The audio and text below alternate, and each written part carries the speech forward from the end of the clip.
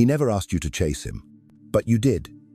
You chased him with your silence, with your readiness, with the way you kept showing up even when he didn't notice.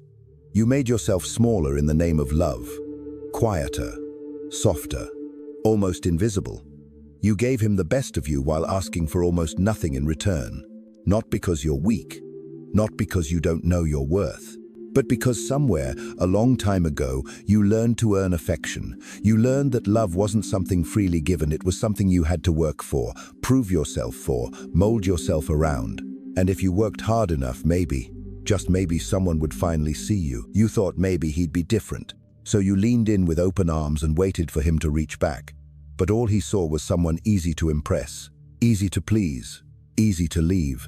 And deep down, you know it's not really about him. It's about the version of you that keeps believing you need to be impressive just to be loved. That's the part we need to talk about.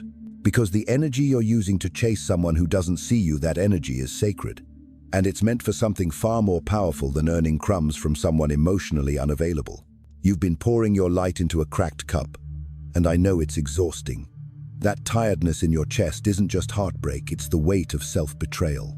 Every time you said, "It's fine," when it wasn't. Every time you waited for a text that never came. Every time you confused his distance for mystery and his coldness for depth. That energy deserves a new direction, not revenge, not some performative glow-up for him to notice what he lost. No, not that. The kind of shift I'm talking about is quieter, more personal. The kind of shift that happens when you finally sit with your own ache and say, "I'm done performing. I'm done proving. I'm done sacrificing the truth of who I am just to be chosen." Carl Jung said something quietly revolutionary. Until you make the unconscious conscious, it will direct your life, and you will call it fate. You thought it was fate the way you kept meeting versions of him in different bodies. But what if it wasn't fate?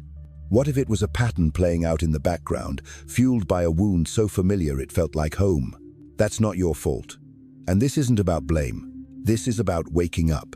Because when you stop trying to impress him or anyone and start asking, "Why do I feel like I need to?" that's when something inside begins to breathe again. You don't need to chase. You need to return to yourself, to the girl who got overlooked, the version of you that was told she was too much, too needy, too sensitive. That's where your power has been waiting. And here's the thing no one tells you. When you reclaim that energy, the one you used to use for pleasing, fixing, chasing people, feel it. Not because you're trying to be seen anymore, but because you finally see yourself.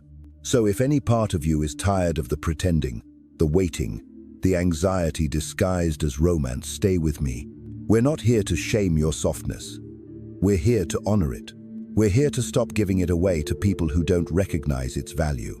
And if you've been here before crying in secret, checking your phone too many times, feeling like maybe it's you're not alone. This isn't about turning cold. It's about learning to keep your warmth for those who can hold it, including yourself. If any of this found you, even a little, if it touched something in you that you've been trying to quiet down, stay, breathe. And if you haven't already, hit that subscribe button. Not for me, for you. So you don't lose the things that remind you of your power when your heart forgets. So you keep showing up for yourself one choice at a time. And if this already feels like something you needed, maybe like I'm speaking directly to your story, go ahead and like this video. It's a way of saying, I'm here, I'm ready. You used to think that love meant becoming what someone else needed. You learned how to read a room before you knew how to read your own emotions.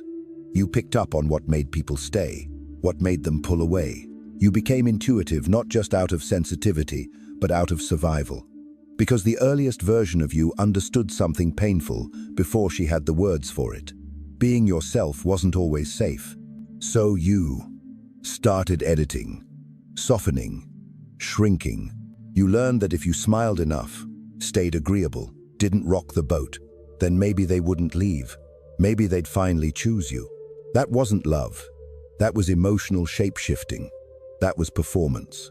And he, the one you're trying to impress, now he isn't the first one you've done this for. He's just the one that brought it to the surface loud enough for you to notice how much it hurts. He didn't ask you to change, but he didn't stop you either. He liked the version of you that didn't challenge him, the one that bent instead of broke, The one that gave and gave and gave until she had nothing left to give herself. But here's the thing. Your softness was never the problem. It's the silence around your needs that's been breaking you. And it's not about him anymore. It's about how many versions of yourself you've left behind just to be enough for people who didn't have the capacity to see you. You're not crazy for wanting to be wanted. You're not too much for needing reassurance. You're not broken because you feel deeply. You're just tired. Tired of hoping he'll notice you without you having to beg. Tired of trying to stay interesting enough to keep his attention. Tired of mistaking his crumbs for consistency. And you know what's even more exhausting? Pretending you don't care when you do. Acting like you're cool with casual when your soul longs for depth. Laughing off the moments that pierced you because you didn't want to look weak. You've been strong for too long. Strong in a way that meant swallowing your truth just to keep a connection. Strong in a way that meant abandoning your own needs so someone else could feel comfortable. That's not strength. That's survival.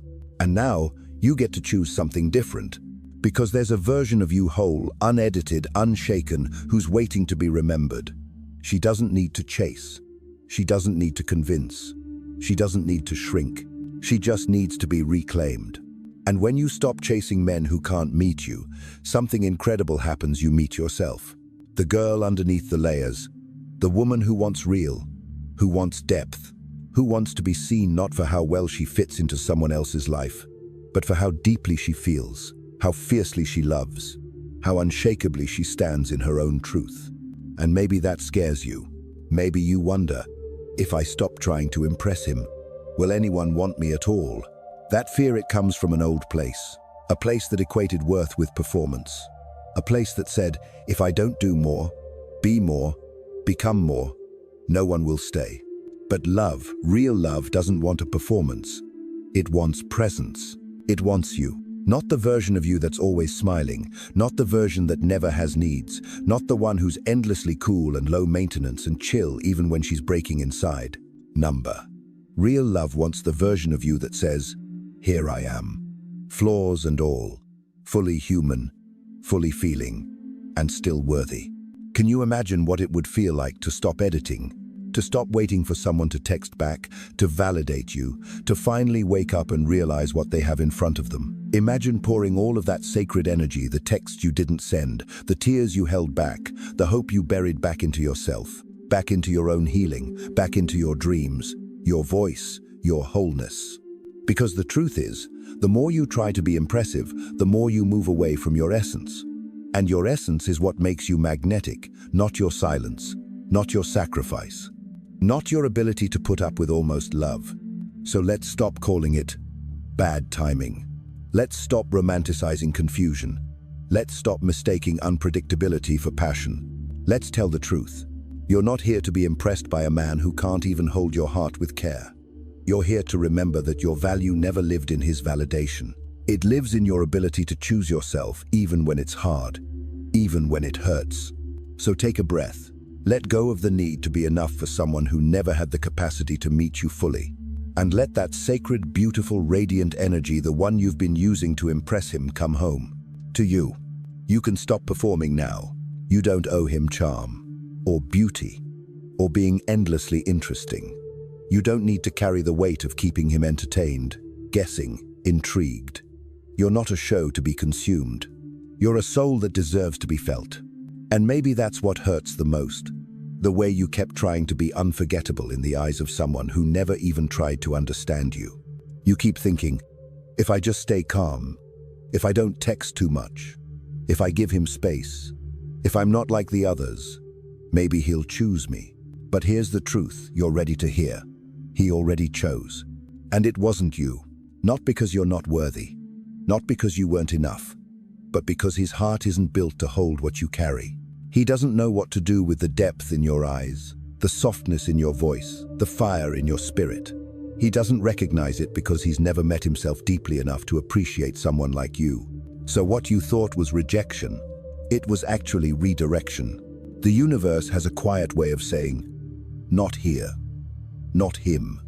Keep going, but I know how much it hurts. I know how you reread the old messages, how you wonder what changed, how you search your memory for the moment you started becoming too much or not enough. I know how loud the silence feels, when they stop reaching out. I know how desperate you become to rewrite the ending, just so it doesn't leave you questioning your worth again. But hear me, you were never supposed to impress him. You were supposed to awaken. Because every time you overextend yourself, every time you mold your voice and your desires to match what he might want, you disconnect from the most precious thing you have, your truth. You don't need to be chosen by someone who sees you as an option. You need to choose yourself so deeply that anyone who cannot meet you fully becomes irrelevant. This isn't about bitterness. It's about clarity. You were born with a certain energy, a way of feeling, a way of loving. You give deep. You think about things most people never pause to consider. You notice. You care. You carry. That energy? It was never meant to be used chasing men who vanish at the first sign of real connection. It was meant to be sacred. And the moment you stop trying to impress him, you begin to remember the magnitude of what lives inside you. You begin to sit with your own pain instead of performing for someone who doesn't see it. You begin to ask, what have I been trying to prove? And who told me I had to prove it? You begin to realize that love isn't about being impressive. It's about being honest. It's not about being desirable. It's about being real. It's not about being low maintenance. It's about being deeply aligned. And no, it won't be easy at first, because performing is familiar, impressing is addictive, especially when you were taught that love is earned. But staying in a dynamic where you're always trying to be enough is not love, it's a loop. And the only way to break the loop is to stop running in circles around someone else's approval and start walking in a straight line toward your own healing. The day you stop trying to impress him, something strange happens. At first, there's silence. And then, there's grief. Not just grief for him, but grief for the girl who thought she had to earn love her whole life. The one who got overlooked. The one who believed being picked meant being loved. The one who traded her authenticity for attachment, again and again. You grieve her, and then you begin to love her, not in a cute, self-care, quote-on-a-wall kind of way, but in a fierce, unwavering, radical way. You sit with her when she's aching. You stop abandoning her to chase someone else's affection. You stop apologizing for her emotions. You start listening to what she needs. And slowly, the energy begins to return. The clarity, the power, the sense that you don't need to bend anymore. You just need to stand. And when that happens, everything changes. Because once you stop trying to impress the emotionally unavailable, the half-present, the confusing, you start attracting those who meet you with presence, with honesty, with grounded love. Not because you chased them, but because you finally came home to yourself. And that energy, the one you were giving away now, becomes your compass. You start choosing things that feel right in your body. You start noticing who drains you. You stop explaining yourself to people who aren't listening. You walk into a room, not wondering if they're like you, but wondering if it's a room you even want to be in. You sit across from someone, and you're not obsessed with whether they'll text back. You're noticing, do I feel safe with them? Can I breathe near them? Do I feel like myself here? That's the shift. It's not loud. It's not flashy. It's not some revenge story with lipstick and power plays. It's quiet, grounded, steady. It's yours. You start to notice things you never used to. The way your body tenses when someone gives you half-truths. The way your heart sinks when you overextend and they still don't show up. The way your voice trembles when you silence it just to keep someone else comfortable. You feel it now more clearly than ever. Not because the pain got worse, but because you finally stopped numbing yourself to it. That numbness, that wasn't peace. That was self-abandonment. And now that you're coming back, it hurts. But it's real. It's real in the way you cry without shame. Real in the way you say no and mean it.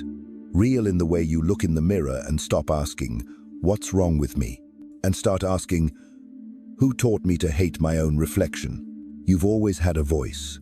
You just buried it under layers of performance. You've always had power. You just handed it away every time you thought love meant lessening yourself. But now you're reclaiming it. Not with rage, not with revenge, but with presence. You stop performing and start pausing.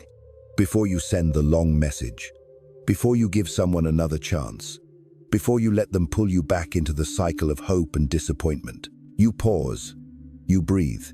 You ask yourself, is this love or is this fear? Because most of what you were calling love wasn't. It was fear dressed up as devotion. It was anxiety in disguise. It was the hope that maybe, this time, if you were perfect enough, loving enough, chill enough, he'd finally stay. But staying is not the prize. Alignment is. And when someone walks away because you stopped performing, they were never aligned. They were only entertained. You don't need to be entertaining. You need to be understood. You don't need fireworks. You need consistency. You don't need his eyes lighting up when you enter the room. You need his soul staying soft when you fall apart in it. That kind of connection doesn't require performance. It requires truth. And I know the truth is vulnerable. It's terrifying to say, here's all of me. Not just the pretty parts, not just the parts that are easy to love. But you're ready for that. You're ready because you've been exhausted by the games. You're ready because your nervous system can't take another almost. You're ready because you're finally starting to believe that love isn't supposed to feel like working for approval. You weren't born to prove. You were born to be loved fully, without masks, without edits, without shrinking. And someone will meet you there. But before they do, you have to stop trying to become someone else's fantasy. You have to stop walking into relationships with your worth on the line. You have to stop using their attention as a mirror. You are not lovable because they say so. You are lovable because you are. Period. That's not a feeling, that's a fact. And when you sit with that, not just intellectually, but in your bones, you stop chasing energy that was never yours to begin with. You stop being impressed by mystery and start being drawn to clarity. You stop confusing tension with chemistry.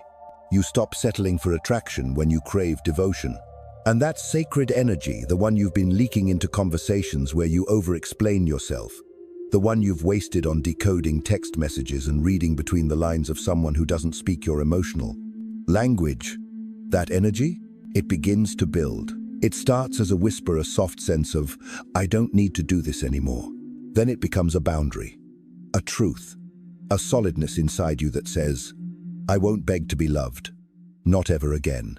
And from that place, everything shifts. You're no longer looking for someone to rescue you from loneliness. You're looking for someone who meets you in your solitude and honors it. You're not trying to be seen. You already see yourself. And the more you live from that place, the less tolerance you have for half love, half effort, half presence. You stop being scared of being alone. Because being alone while honoring your truth is so much more peaceful than being with someone who makes you question it. That's the real glow up. It's not in how you look, it's in how you choose. It's in how you stop handing your heart to people who haven't earned it. It's in how you protect your energy like it's sacred because it is. You stop trying to impress him, and you start living in a way that impresses your own soul. And maybe one day, someone comes along who doesn't want you to perform, who sees your depth and doesn't flinch, who holds your tears like treasure, who stays when you speak the truth instead of punishing you for your honesty. But even if that day hasn't come yet, you'll be okay. Because now, you have you. And when you have you fully, unapologetically, the game changes. It's no longer about winning someone's attention. It's about protecting your peace. It's no longer about being liked. It's about being respected. It's no longer about proving you're good enough. It's about knowing you already are. And yes, there will still be moments when it stings. When someone ghosting you feels like confirmation of all the old stories. When the silence echoes louder than any goodbye. When your inner child still wonders, why wasn't I worth staying for? In those moments, don't abandon yourself again. That's when you stay. That's when you hold yourself tighter. That's when you speak gently to the little girl inside who's still scared of being left. That's when you remind her, you didn't do anything wrong. You never had to become anything more. You are lovable as you are. That's how healing begins. Not in grand declarations or big breakthroughs, but in the soft, quiet moments when you choose to stay with yourself instead of running back to someone who never truly saw you. You stop trying to impress him and you start tending to the parts of you that thought you needed to. You stop wondering what he's doing, who he's with, why he didn't fight for you.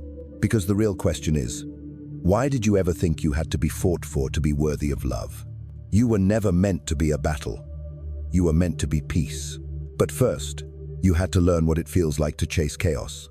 You had to learn what it costs to constantly prove your worth. You had to taste that pain so fully that one day you finally said, "Never again. Never again will I make myself small to be tolerated. Never again will I trade my truth for temporary affection. Never again will I bleed emotionally for someone who only brings paper cuts." Because love, real love, doesn't feel like tension. It doesn't feel like anxiety. It doesn't make you question your reality. It's soft. It's grounding. It feels like coming home. And when you meet it, you'll know. Because this time, you'll be whole. You won't need to twist yourself to fit. You won't need to translate your needs into something digestible. You won't need to apologize for your intensity. You'll bring your whole self and they'll hold it with care. But until then, keep holding yourself like that. Speak to yourself with the tenderness you keep giving away. Listen to your gut. Not the fear, not the conditioning, not the scarcity, but the truth that rises when you stop trying to manage everyone else's perception of you. Because here's the thing, the more you stop trying to impress him, the more you impress your future self. She's watching you now, the woman who doesn't settle, the one who glows from within because her energy is hers again, the one who no longer texts when it feels forced, who doesn't tolerate the bare minimum, who stops mid-scroll and whispers, "This doesn't feel like love," and walks away. She's proud of you already, because breaking patterns this old, this painful, this normalized takes courage. Real courage. The kind that isn't loud. The kind that happens when no one else is watching. The courage to sit alone on a Friday night and feel the ache without reaching for him. The courage to delete the thread, unfollow the account, block the number not to get a reaction, but to reclaim your peace. The courage to rewrite the narrative that told you love is pain, inconsistency, or performance. You're doing that now. And one day, it won't feel like a performance to be yourself. It won't feel dangerous to speak your truth. It won't feel radical to have boundaries. It will just feel like home. Because the truth is, the more you fall in love with your own presence, the less you tolerate being half-held by someone else. You will crave truth over games, presence over potential. You'll crave slowness, softness, steadiness. You'll crave what your soul was actually built for, not a chase, but a connection. And that energy, the sacred fire you used to burn chasing love, becomes something else entirely. It becomes your art, your voice, your standard, your self-respect. And yes, it may get quiet for a while. But in that quiet, you'll meet the most honest version of you. And she won't need to impress anyone. Because she'll finally believe deeply, undeniably, eternally that she's enough. You're not here to be almost loved. You're not here to be admired from a distance, kept as a maybe, or loved under conditions. You were made for real connection, real presence, real intimacy. The kind that doesn't require you to wear a mask or perform to be worthy of staying. And maybe that version of love hasn't found you yet. But what if you stopped making that your fault? What if your softness wasn't the issue? What if your problem wasn't being too much but asking too little? What if you started giving yourself the kind of love you keep trying to pull from someone else's hands? Because here's the truth, you're not hard to love. You've just been offering your heart to people who don't know how to hold it. And it's not your job to teach them. It's not your job to shrink into someone they can manage. It's not your job to water yourself down so they won't feel overwhelmed by your depth. It's your job to keep being who you are and protect that. It's your job to stop auditioning and start aligning. And it takes time. I know. Healing isn't linear. There will still be days where you want to go back to the old version of you. The girl who waited by the phone. The woman who pretended she was okay with less. The version who accepted confusion as love and distance as desire. But that version of you, she's resting now. She's tired. She's done performing. And she's not weak for loving that hard. She's powerful for learning how to love herself harder. This is the beginning of a different kind of story.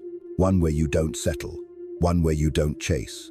One where your energy doesn't get wasted trying to translate mixed signals or decode one-word replies. This is the story where you rise not in spite of being overlooked, but because of it.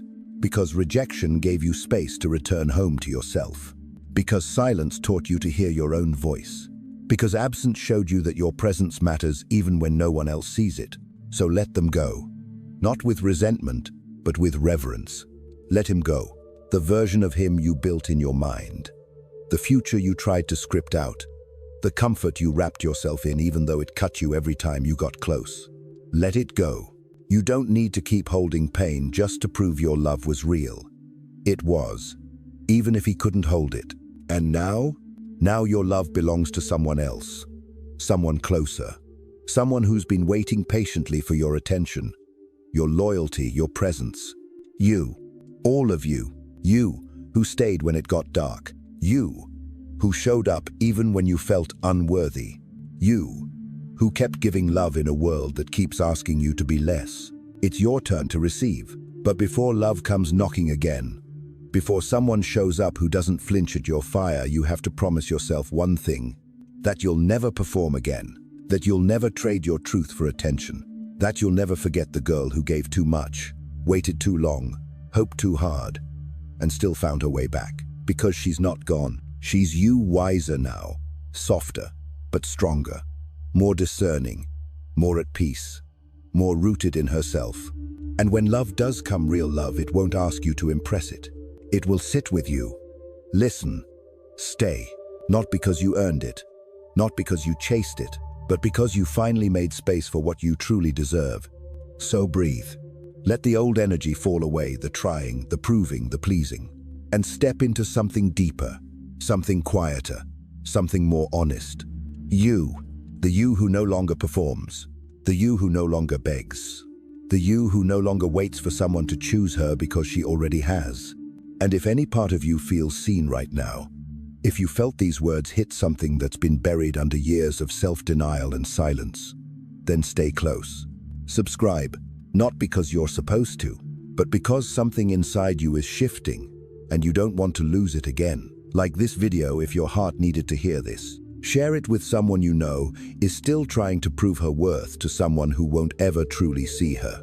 And remember, you don't need to impress him. You just need to come home to yourself.